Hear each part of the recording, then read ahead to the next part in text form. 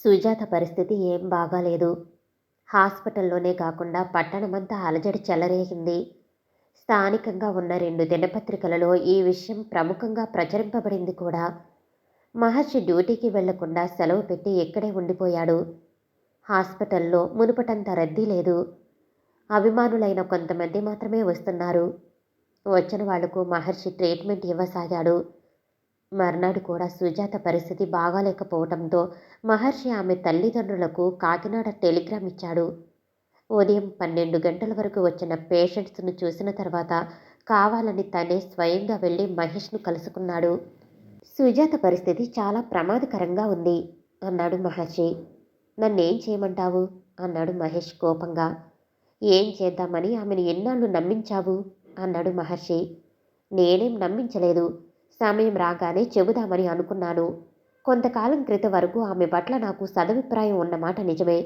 ఎంత ప్రయత్నించినా సుజాత తన అహంకారాన్ని పట్టుదలను విడిచిపెట్టుకోకపోతే నేనేం చేసేది? ఆభాష్యం చేయించుకోమని చెబితే వినకుండా బిడ్డను కన్నది. నన్ను బెదిరించి లొంగ తీసుకోవటానికేగా ఈ పని చేసింది అన్నాడు. సుజాత నిన్ను మనస్ఫూర్తిగా నమ్మింది. ఆ నమ్మకంతోనే నీకు లొంగిపోయింది. తత్ఫలితంగా గర్భవతి అయ్యింది. ఇంక గర్భవిచ్ఛిత్తి అంటావా? అది ప్రకృతి ధర్మానికి పూర్తిగా విరుద్ధమైన విషయం. ఏ స్త్రీ కూడా తను తల్లి కాకుండా ఉండాలని కోరుకోదు. కొన్ని ప్రత్యేక పరిస్థితుల్లో కొంతమంది అటువంటి దుష్ఫలితానికి పాల్పడిన సంఘటనలు డాక్టర్లుగా మనం ప్రత్యక్షంగా చూసి ఉండవచ్చు. కానీ అది అధర్మం. సుజాత చేసిన పనేమీ తప్పు కాదు. వివాహం జరిగిన తర్వాతనైనా ఆమె మాతృత్వాన్ని అభిలషించి ఉండేది. మీకు వివాహం అంటూ జరిగితే కొన్నాళ్ళు గడిచిన తర్వాత ఏదో ఒక నెపంతో మీ బిడ్డను తెచ్చి మీరు పెంచుకోవచ్చు. ఆలోచించు మహేష్ అన్నాడు మహర్షి ప్రాధేయపూర్వకంగా. మహేష్ చాలాసేపు ఆలోచించి ఎందుకు ఆ బిడ్డ ఎక్కడ ఉన్నట్టు అని ప్రశ్నించాడు. చెప్పినందువల్ల ఏమిటి ప్రయోజనం అన్నాడు మహర్షి. ప్రయోజనం ఏమీ లేదు. కానీ ఆ పాపంలో నేను భాగం పంచుకున్న నేరానికి సుజాత కోరినంత డబ్బు ఇస్తాను. ఆమె ఇంకెవరినైనా వివాహం చేసుకుని నన్ను వదిలించుకోవటం మంచిది. ఇంకా ఈ విషయంలో ఆమెతో నాకు సఖ్యత కుదురుతుందని నువ్వు కలలో కూడా భావించనక్కర్లేదు అన్నాడు మహేష్ నిష్కర్షగా. క్షమించు మహేష్, ఈ విషయాన్ని ఆమెతో చెప్పలేను. ఈ పరిస్థితిలో జరిగిన షాక్ నుంచి కోలుకోవటానికి చాలా కాలం పట్టవచ్చు. నర్సింగ్ హోమ్ మూతపడే ప్రమాదం ఏర్పడబోతున్నది. సుజాత కోలుకునే వరకు నీ స్థానంలో నేను హాస్పిటల్ నిర్వహించాలనుకుంటున్నాను. నీ అంతగా నువ్వు మనసు మార్చుకుని వస్తే నేను ఎంతో సంతోషించగలను. కాదంటావా? కాగల పర్యావసానికి నువ్వే బాధ్యత వహించవలసి ఉంటుంది. మరి నేను వెళుతున్నాను అని మహర్షి లేచాడు. సుజాత తల్లిదండ్రులు కాకినాడ నుంచి వచ్చారు. కూతురికి సంభవించిన ఉపద్రవం చూసిన వాళ్ల దుఃఖానికి అంతులేదు. చిన్నతనం నుండి స్వేచ్ఛాభావాలు కలిగి తను స్వయం కృషితో తాను పైకి వచ్చి స్వయంగా నర్సింగ్ హోమ్ నడుపుకుంటూ అచిరకాలంలోనే అందరి ఆదరాభిమానాలు చూరకున్న తమ కుమార్తె ప్రతిభా విశేషాలు 10 మందికి చెప్పుకుని మురిసిపోయే ఆ తల్లిదండ్రులు ఈ సమయంలో స్మారకం లేకుండా పడి ఉన్న కూతురిని చూసి బోరుమని ఏడ్చారు. మహర్షి వాళ్లకు ఎంతగానో ధైర్యం చెప్పాడు. సుజాత త్వరగానే కోలుకుంటుందని, ఆమెకు వచ్చిన ప్రమాదం ఏమీ లేదని, హాస్పిటల్ మూతపడకుండా ఆమె కోలుకునే వరకు తను నిర్వహించగలననే అభయమిచ్చాడు. సుజాత 3వ నాటికి కానీ అపస్మారక స్థితి నుండి కోలుకోలేకపోయింది. కళ్ళు తెరిచిన తర్వాత ఎదురుగా ఉన్న తల్లిదండ్రులను కానీ మహర్షిని కానీ ఆమె గుర్తుపట్టలేకపోయింది. సుజాత మాట్లాడుతున్న ధోరణి చూసి అందరికీ కలవరపాటు కలిగింది. తనలో తానే మాట్లాడుకోవటము, విపరీతంగా నవ్వటము చూస్తే ఆమెకు మతిభ్రమణం కలిగిందేమోనని అనుమానం వచ్చింది. ఆమె పరిస్థితి చూసి ఆమె తల్లిదండ్రులు ఎంతగానో ఆందోళన చెందసాగారు. నేను మహర్షిని సుజాత, ఏమిటలా మాట్లాడుతున్నావు అన్నాడు మహర్షి. సుజాత పకపకా నవ్వింది. మహర్షివా? అయితే అరణ్యంలో ముక్కు మూసుకుని తపస్సు చేసుకోకుండా ఇంకా ఇక్కడెందుకున్నావు అని మళ్ళీ నవ్వింది. మహర్షి అనుమానం దృఢపడింది. ఏం సందేహం లేదు. సుజాత మతి భ్రమించింది. ఉన్నట్టుండి మంచం కూడి మీద తల బాదుకుంటూ బోరుమని ఏడవసాగింది. గత్యంతరం లేని పరిస్థితుల్లో స్టాఫ్ సహాయంతో ఆమెను అణిచిపెట్టి మత్తు కలిగించే ఇంజెక్షన్ చేశాడు. 5 నిమిషాల్లో సుజాత అరుపులు మానేసి మగత నిద్రలో మునిగిపోయింది. మహర్షికేం పాలుపోవటం లేదు. సుజాత తల్లిదండ్రులు మహర్షి 2 చేతులు పట్టుకున్నారు. తమ బిడ్డను రక్షించమని. ఆ సమయంలో మహర్షి కంటే తమకు దిక్కెవరూ లేరని విలపించసాగారు. మహర్షి కర్తవ్యత విమూఢుడై తలపట్టుకుని కూర్చుండిపోయాడు. మెంటల్‌గా ఈ షాక్ నుండి సుజాత అంత త్వరగా కోలుకోవటం అసంభవం. ఎంత డాక్టర్ అయినా సుజాత తన సమస్యను తానుగా పరిష్కరించుకోలేక ఒక సామాన్యురాలిగా మారిపోయి, అంతవరకు ఆమె హృదయంలో గూడు కట్టుకున్న ఆవేదనంతా వెళ్ళకక్కింది. నిజానికి సుజాత మనోనిబ్బరం మీద మహర్షికి అత్యంత విశ్వాసం ఉన్నది. సమాజంలో ఏ వ్యక్తిని ఖాతరు చేయని సుజాత ఈనాడు సమాజం దృష్టిలో ఒక ఉన్మాదినిగా మారిపోయింది. సుజాతకు మతి భ్రమించటానికి కారణం అందరూ తలొక విధంగా చెప్పుకుంటారు. ఇంతకాలం ఆమె శ్రేయోభిలాషిగా ఉంటున్న తన ఉనికిని గురించి కూడా కట్టుకథలు ప్రారంభం కావచ్చు. ఇన్నాళ్ల తన నీతి నిజాయితీ మంటగలిసిపోతాయి. దారిన వెడుతుంటే అందరూ, అడుగు అతనే డాక్టర్ మహర్షి, డాక్టరమ్మను అంటిపెట్టుకుని తిరుగుతున్న వ్యక్తి, కాదని కాలదన్ని డాక్టర్ మహేష్ విడిచిపోయినా అహోరాత్రులు ఆమెను అంటిపెట్టుకుని తిరుగుతున్నాడు, అందుకు ఏదో బలమైన కారణం ఉండి తీరుతుంది అని చెవులు కొరుక్కుంటారు. హాస్పిటల్ మూసివేస్తే మంచిదేమో అన్న ఆలోచన వచ్చింది మహర్షికి. అంతలోనే ఆ ఆలోచన వ్యర్థమని తోచింది. హాస్పిటల్ మూసివేసినందువల్ల కలిగే ప్రయోజనం ఏమిటి? సుజాత పరిస్థితి కొన్నాళ్లకు చక్కబడవచ్చు. అప్పుడు ఆమె హాస్పిటల్ని తాను స్వయంగా నిర్వహించుకోగలదు. ముందు సుజాత పరిస్థితి చక్కబడాలంటే ఆమె మతిభ్రమణానికి తగిన ట్రీట్మెంట్ చేయించాలి. ఆ పని ఎంత త్వరగా జరిగితే అంత మంచిది. ఆ ఆలోచన రాగానే అతను వెంటనే డాక్టర్ విలియమ్స్ గారికి ఫోన్ చేశాడు. మహర్షి ఎందుండే అభిమానం కొద్దీ విలియమ్స్ వెంటనే బయలుదేరి వచ్చాడు. మహర్షి అంతా విపులంగా చెప్పాడు. ఈమెను వెంటనే మెంటల్ హాస్పిటల్లో చేర్పించడం మంచిది. వ్యాధి ఇంకా ప్రారంభ దశలోనే ఉంది కనుక త్వరలోనే కోలుకోవచ్చు. అంతకంటే మనం చేయగలిగిందేమీ లేదు అని సలహా ఇచ్చాడు. సుజాత తల్లిదండ్రులను ఒప్పించి మహర్షి వెంటనే ఆమెను హాస్పిటల్లో చేర్పించటానికి అన్ని ఏర్పాట్లు చేశాడు. కేసును బాగా స్టడీ చేసిన తర్వాత హాస్పిటల్ సూపరింటెండెంట్ డాక్టర్ రెహమాన్ ఆమెను అడ్మిట్ చేసుకున్నాడు. పని మీద డాక్టర్ సారథి వైజాగ్ వచ్చాడు. రాగానే ముందుగా మహర్షిని కలుసుకున్నాడు. సుజాత విషయం విని ఎంతగానో బాధపడ్డాడు. ఏం చేయమంటావు సారథి? విద్యాధికుడై ఉండి కూడా మహేష్ ఇంతటి దారుణానికి ఒడిగట్టాడు. సుజాత పరిస్థితి చాలా ప్రమాదకరంగా ఉంది. ఆమె మతి భ్రమణాన్నించి ఎప్పటికీ కోలుకుంటుందో, పరిస్థితులు ఎప్పటికి ఎలా చక్కబడతాయో నాకైతే అర్థం కావటం లేదు అన్నాడు మహర్షి దిగులుగా. ఎందుకు ఆ నళిని ఎవరు? అన్నాడు సారథి. ఆమె కూడా మాతోనే చదివింది. దగ్గరలోనే ఒక ప్రైమరీ హెల్త్ సెంటర్లో డాక్టర్గా అపాయింట్ అయింది అన్నాడు మహర్షి దిగులుగా. సుజాత విషయం ఆమెకు తెలుసా? అన్నాడు సారథి. సుజాత మహేష్ ప్రేమించుకున్నారని పెళ్లి చేసుకోబోతున్నారని తెలుసు. కానీ ఇప్పటి సుజాత పరిస్థితి ఆమెకు తెలియకపోవచ్చు అన్నాడు మహర్షి. సుజాత మహేష్ల ప్రేమ గురించి తెలిసి కూడా ఆమె కావాలని మహేష్ జీవితంలో ప్రవేశించడానికి ఏదైనా బలమైన కారణం ఉండాలి. అదేమైనా నీకు తెలుసా? అన్నాడు సారథి. తెలుసు అన్నాడు మహర్షి. సారథిలో ఉత్సుకత చెలరేగింది. అదేమిటో వినాలని ఉంది, చెప్పటానికి అభ్యంతరమా? అన్నాడు. మహర్షి కాసేపు తటపటాయించి, ఏం లేదు, నళిని నా మీద పగ తీర్చుకోవటానికి మహేష్ని సాధనంగా ఉపయోగించుకున్నది అన్నాడు. అదెలా? అన్నాడు సారథి విస్మయంగా. అది ఇతరులకు తెలియని ఆంతరంగిక సమస్య. ఆప్తునిగా ఆదుకున్నావు గనక నిజం చెబుతున్నాను. ఒకప్పుడు నళిని నన్ను ప్రేమించి పరాభవం పొందింది. నన్ను తాను మనఃపూర్వకంగా ప్రేమిస్తున్నానని, తన తల్లిదండ్రులకు లెక్కలేనంత ఆస్తి ఉందని, ఆమెను గనక వివాహం చేసుకుంటే ఆస్తంతా నాకే దక్కుతుందని ఆమె తరచుగా ఉత్తరాలు వ్రాస్తుండేది. నా పేదరికాన్ని, నా స్థితిని నేనే అసహించుకునే పరిస్థితిలో నళిని వంటి ఐశ్వర్యవంతురాలితో పరిచయం కొరుకుతో తలగొక్కోవటమే అనిపించేది. ఆమె వ్రాసిన ఉత్తరానికి నేను జవాబు ఇవ్వలేదు. దారిలో కలిసినప్పుడు మాట్లాడటానికి ప్రయత్నించేది.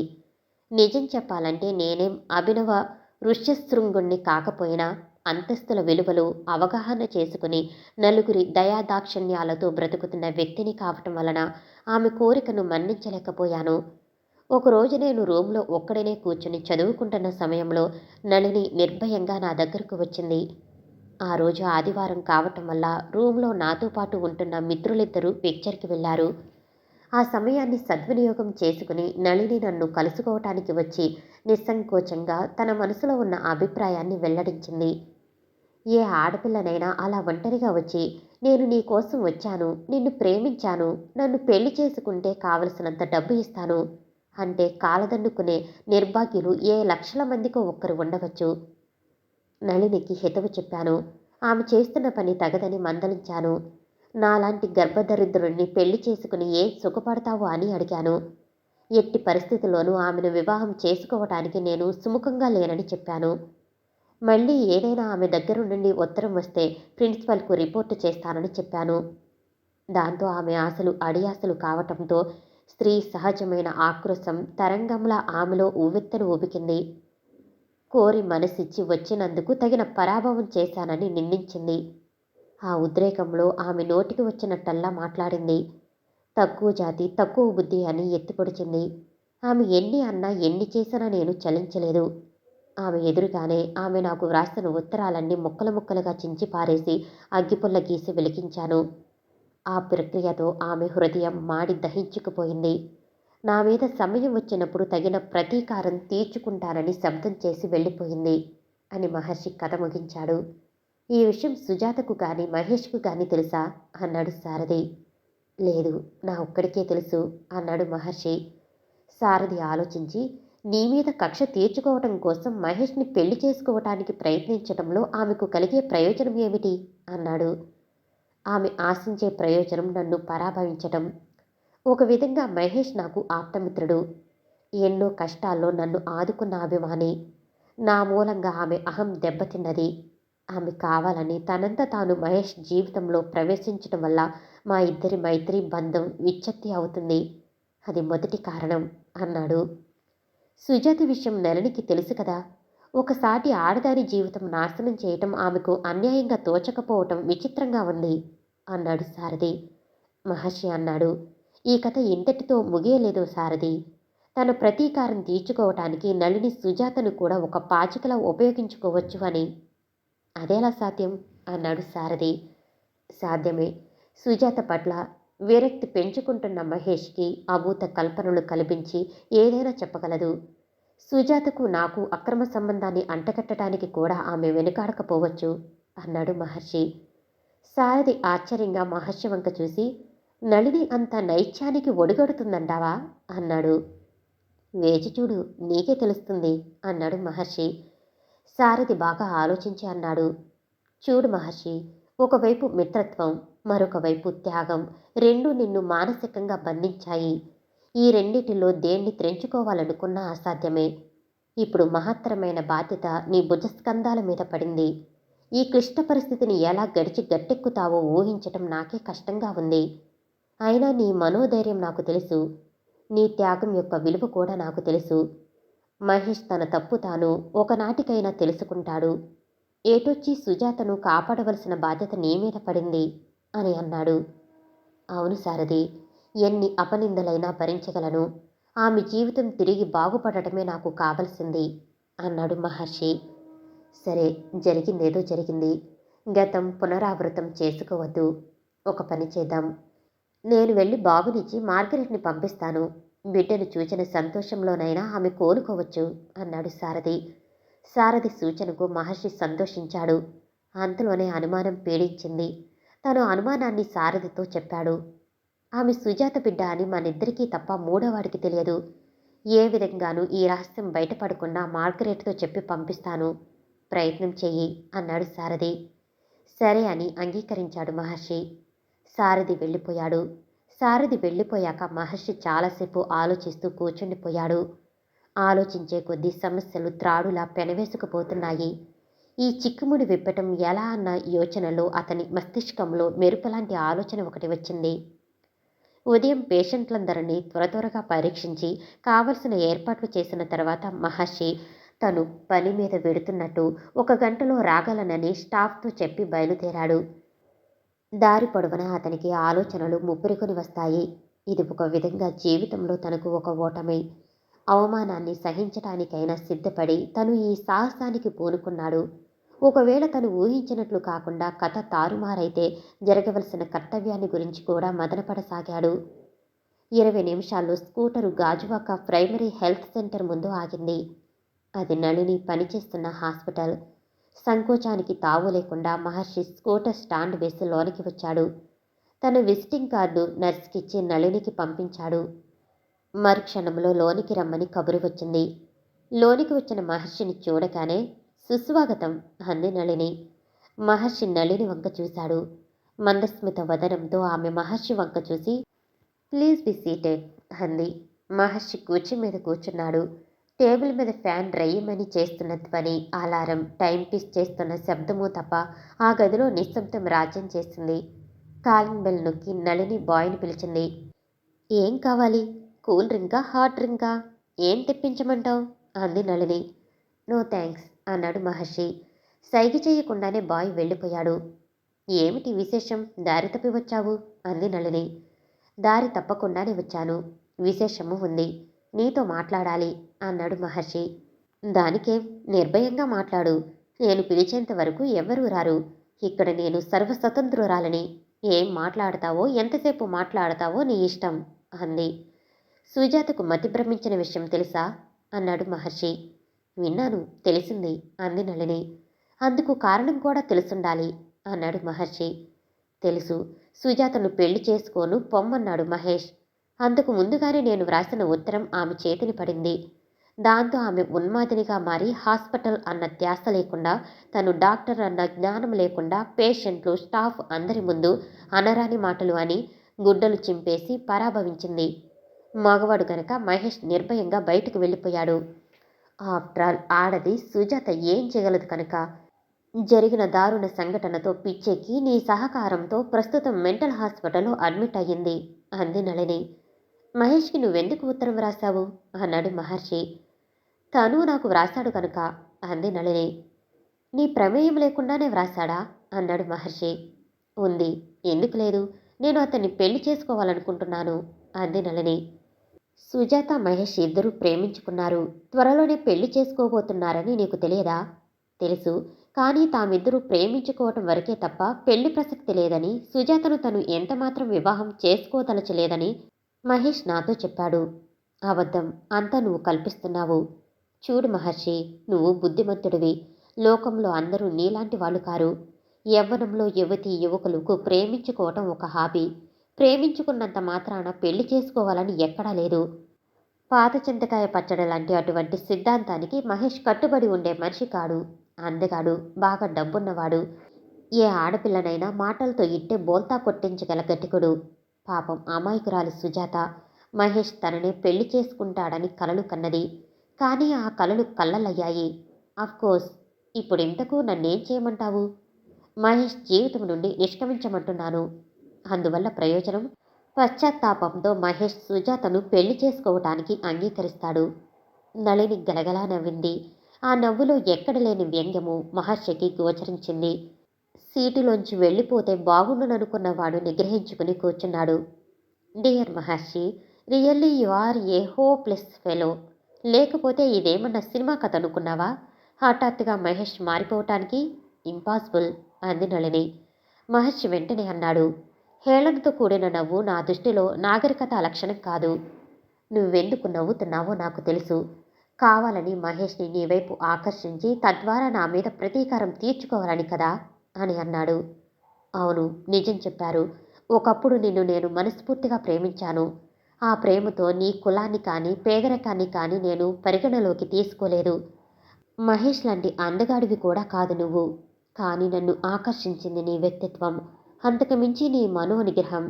అమ్మాయిల వెంటపడి అల్లరి చేసే రోడ్ సైడ్ రోమియోలా కాకుండా అందరికంటే నీలో ఒక ప్రత్యేకత అంటూ ఉంది కనుక నేను నిన్ను సొంతం చేసుకోవాలని ఆశపడి భంగపడ్డాను. తత్ఫలితంగా నలుగురిలోనూ నవ్వుల పాలయ్యాను. ఆఫ్టర్ ఆల్ నువ్వెంత? నేను కావాలనుకుంటే కొన్ని వందల మందిని నా చుట్టూ ప్రదక్షిణం చేయించుకోగలను.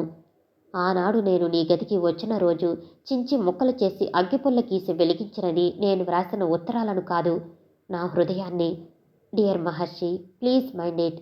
అవసరమైతే ప్రాణం ఇవ్వగల ఆడది సమయం వస్తే తీయగలదు కూడా అంది ఆవేశంతో. సుజాతకు పట్టిన గతే రేపు నీకు పట్టవచ్చు కదా అన్నాడు మహర్షి. అంత గుడ్డిగా నమ్మటానికి నేనేం సుజాతను కాదు, నళినిని. ఒక ఆడదాన్ని వంచిన ప్రబుద్ధుడు వేరొక ఆడదాన్ని మోసగించడన్న గ్యారెంటీ ఏమీ లేదు. అందుకే నా జాగ్రత్తలో నేను ఉన్నాను. నా లక్ష్యం నెరవేరే వరకు మహేష్ నా గుప్పెట్లో బందీగానే ఉంటాడు. అది మాత్రం మర్చిపోకు. అంతకుమించి నాకు ఏ స్వార్థమూ లేదు. అంది నళిని. నమ్మమంటావా అన్నాడు మహర్షి నిరభ్యంతరంగా. కానీ ఒక్క విషయం అంది నళిని. మహర్షి నళిని వంక ప్రశ్నార్థకంగా చూశాడు.